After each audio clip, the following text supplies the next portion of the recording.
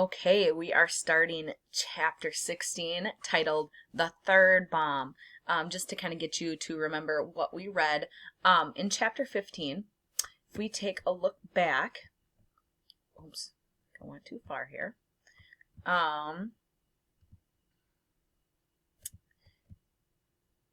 Sorry. This is the judge at the end and Mr. Sandy McSuthers, were putting together some of their clues and ideas, and the judge was kind of making some connections, and we kind of got the chills because this part says, now the judge remembered her mother had written her about the tragedy. Tell me, Mr. McSuthers, you seem to know what's going on in this building. Is Angela Wexler involved with Theo in any way? Oh, no. Sandy was certain of that. Angela and her intern seem happy enough with each other. At least, I hope so. I mean, if Sam Westing wanted to replay that terrible drama, Angela Wexler would have to die. And we kind of got like, that doesn't sound very good. And we're on chapter 16, titled The Third Bomb. Boom! Grace Wexler slammed the door on the delivery boy's silly face and returned to her party with a pink ribboned gift. The gossiping guests were sipping jasmine tea from Westing paper party cups, nibbling on tidbits from Westing paper party plates, and wiping their fingers on Westing paper party napkins. Madame Hu served in a tight-fitting silk gown slit high up her thigh, a costume as old-fashioned and impractical as bound feet. Women in China wore blouses and pants and jackets. That's what she would wear when she got home. Grace clapped her hands for attention. Girls, girls, it's time for the bride-to-be to open her presents. Angela, you sit here, and everybody gather round.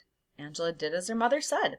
She lowered herself to a cushion on the floor, ringed by gift boxes and surrounded by vaguely familiar faces. She had not invited her few friends from college. They were bent on careers. This wasn't their thing. These were her mother's friends and newly married daughters of her mother's friends. Anne Turtle, who was leaning against the wall, arms folded, smirking. Lucky Turtle, the neglected child. Read it out loud, dear, Grace ordered, as Angela opened the card tied to the yellow ribboned box. To the bride-to-be in the kitchen stuck, an asparagus cooker and lots of luck, from Cookie Barf Springer. Thank you, Angela said, wondering who was the Barf Springer. The next gift was an egg poacher. The box and pink ribbons contained another asparagus cooker. I sure hope Dr. Dear likes asparagus, someone remarked. The giver said she could return it for something else, although two might come in handy. A doctor's wife has so much entertaining to do. Angela glanced at her watch and reached for the tall, thin carton wrapped in gold foil. Look how Angela's hands are shaking. She's as nervous as a groom. Giggles. Bride-to-be jitters. More giggles. Slowly, Angela unknotted the gold ribbon. Carefully, she unfolded the gold foil. How neatly she did everything. The perfect child. Not like Turtle, who ripped wrappings impatient to see what was inside. Hurry up, Angela. You're such a poke, Turtle complained. Suddenly, there she was, kneeling down to peek under the lid. Get away! Angela cried, jerking the gift up and away from her sister as the lid blasted off with a shattering bang. Bang, bang! A rapid rat-a-tat-tat, rockets shooting, fireballs bursting, comets shrieking, sparks sizzling, 24 framed flower prints falling off the wall. Then it was over. Screams hushed to whimpers, and the trembling guests crawled out from under the tables and peered out of closets. Is anyone hurt? Grace Wexler asked nervously. Other than being scared out of 10 years of their lives, thank you, they were fine. Where's Angela? Angela stood still, seated on the cushion in the middle of the floor. Fragments of the scorched box lay in her burned hands. Blood oozed from an angry gash on her cheek and trickled down her beautiful face. Heirs beware, Sam Westing had warned. They should have listened. Now it was too late. The suspicious heirs gathered in the lobby around the police captain called in by Judge Ford. One of them was a murderer, they thought. One of them was a bomber. And one of them was a thief. But which was which? And who was who? Or could it be one and the same? Some game, Mr. Hu grumbled, unwrapping a chocolate bar. One ulcer wasn't enough. Sam Westing had to give him 3 more. Some game. The last one alive wins. Now there's a likely suspect, Otis Amber thought. Who? The inventor. Who? The angry man, the madman. The last one alive wins? Flora Baumbach repeated. Oh my, what a terrible thing to say. Can't trust that dressmaker, Mr. Hu thought. How come she's grinning at a time like this? The captain offered no help at all. Neither the bomb squad nor the burglary detail has enough evidence to search the apartments, he explained. You call that justice? Sandy asked. Good-natured Sandy. Couldn't be the one. He wasn't in the building when the first 2 bombs went off. Or when the judge's watch was stolen, Wexler thought. On the other hand, he sure did hate Sam Westing. Yes, Mr. McSuthers, justice is exactly what I call it. Not her. Not the judge. In spite of the clues, Chris thought. Unless she's one of those Black Panthers in disguise. Those weren't gas explosions. Those were bombs. Right? Theo pressed the captain. A nice kid, that Theo. Doug, too, Flora Baumbach thought. But how often has she seen television interviews of the next-door neighbor saying, Can't believe he killed 13 people. He was such a nice kid. My, oh my, what's gotten into me, thinking such a thing?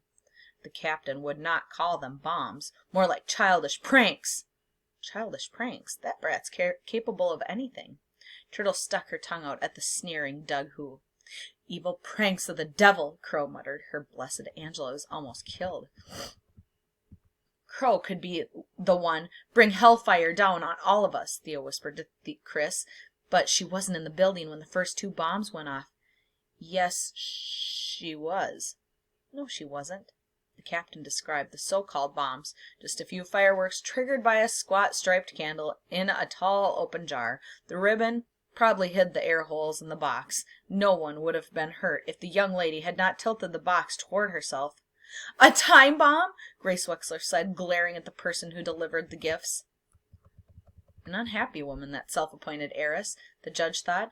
Unfulfilled, possibly disturbed, capable of burglaries, perhaps, but not bombings. She would not have hurt her own daughter. At least not Angela. Don't look at me like that, Otis Amber shouted at Mrs. Wexler. I don't own no striped candles, or no fireworks neither. That idiot is likeliest of all, Grace thought, but he wasn't around when the coffee shop blew up. Oog! Ah! The excitement was too much for Chris Theodoricus. That was the one heir no one suspected. And Angela, of course. No one could suspect her. Otis Amber was not even sure of that. Still waters run deep, he said. He. Turtle could not let him get away with that, even if it was true. Otis limps, Chris noted the next day. Her family kept reassuring her. You're going to be fine, Angela, just fine. The loud snore that erupted from the next hospital bed was Seidel Pulaski pretending to be asleep. I still don't remember, Angela mumbled, her bandaged cheek making speaking difficult. Her face hurt, her hands hurt very much. Traumatic amnesia, Jake Wexler said. It happens after sudden accidents. Don't worry, Angie Pie, you're going to be fine. You're going to be fine, Angela, just fine, Grace said despondently. I'll be back tomorrow. Come, Turtle. In a minute. Turtle waited for the door to close. She touched her sister's bandaged hands. Thanks. For what? Another snore from Seidel.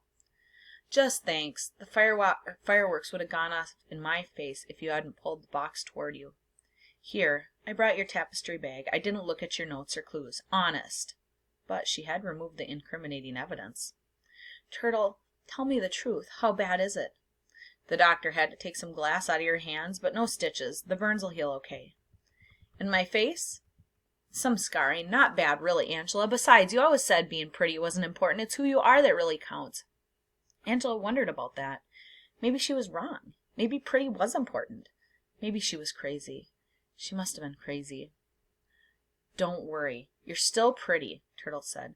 But wow, that sure was a dumb thing to do. Seidel Pulaski's eyes popped open in surprise. Quickly, she squeezed them shut and uttered a loud snore. What do you know? Her sweet, saintly partner was the bomber. Good for her! And that's the end of the chapter.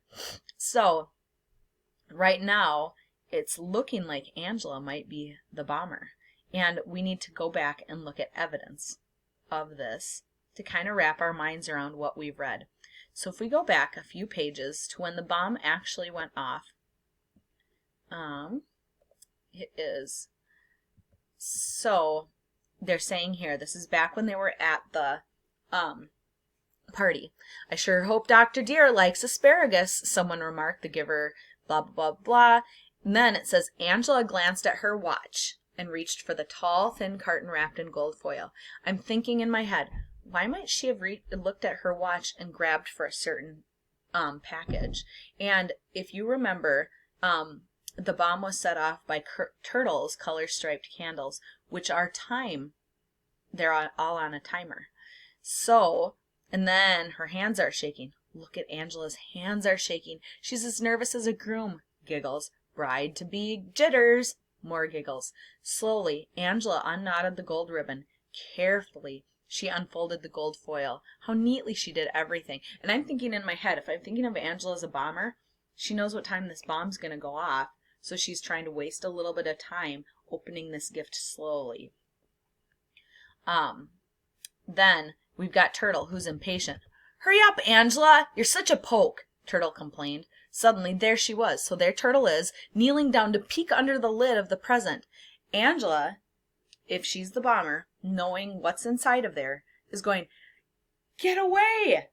Angela cried, jerking the gift up and away from her sister. So I'm thinking, as a sister, or as a mom of kids, if a kid was looking in my present, I wouldn't be like, oh, get away.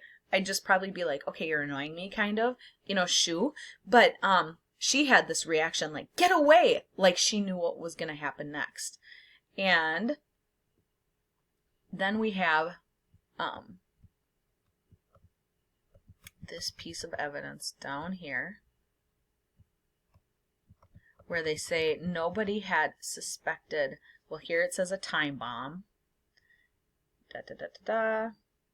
Oh, the captain, just a few fireworks triggered by a squat striped candle set in a tall jar. The ribbon probably hid the air holes. No one would have been hurt if the young lady had not tilted the box toward herself. But she did, to try to get it away from Turtle. Then it says, capable of the burglaries, but not the bombing. She would not have hurt her own daughter, at least not Angela. Don't look at me like that. Then it's, Chris goes down to here. That was the error no one suspected, and Angela, of course, no one could suspect her. Then he's saying, still waters run deep. And then it says here, Turtle could not let him get away with that, even if it was true. So he's thinking, Otis Amber says, still waters run deep, which means calm people have more than meets the eye to them. And Angela's kind of a calm person. And Turtle didn't like that. And then she thought in her head, even if it was true. Then we go back, and if we're thinking of we're thinking of her being the bomber. And we can take a look at what it says here.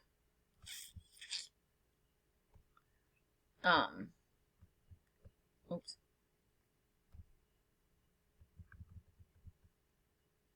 So, she had removed incriminating evidence. That means evidence that might show that Angela was the bomber. And then, as they're kind of talking, she kind of comes to the conclusion that Angela was. So it's pointing to right now that Angela very well could be the bomber. We don't know factually, but it kind of sounds like that's the thought. Interesting.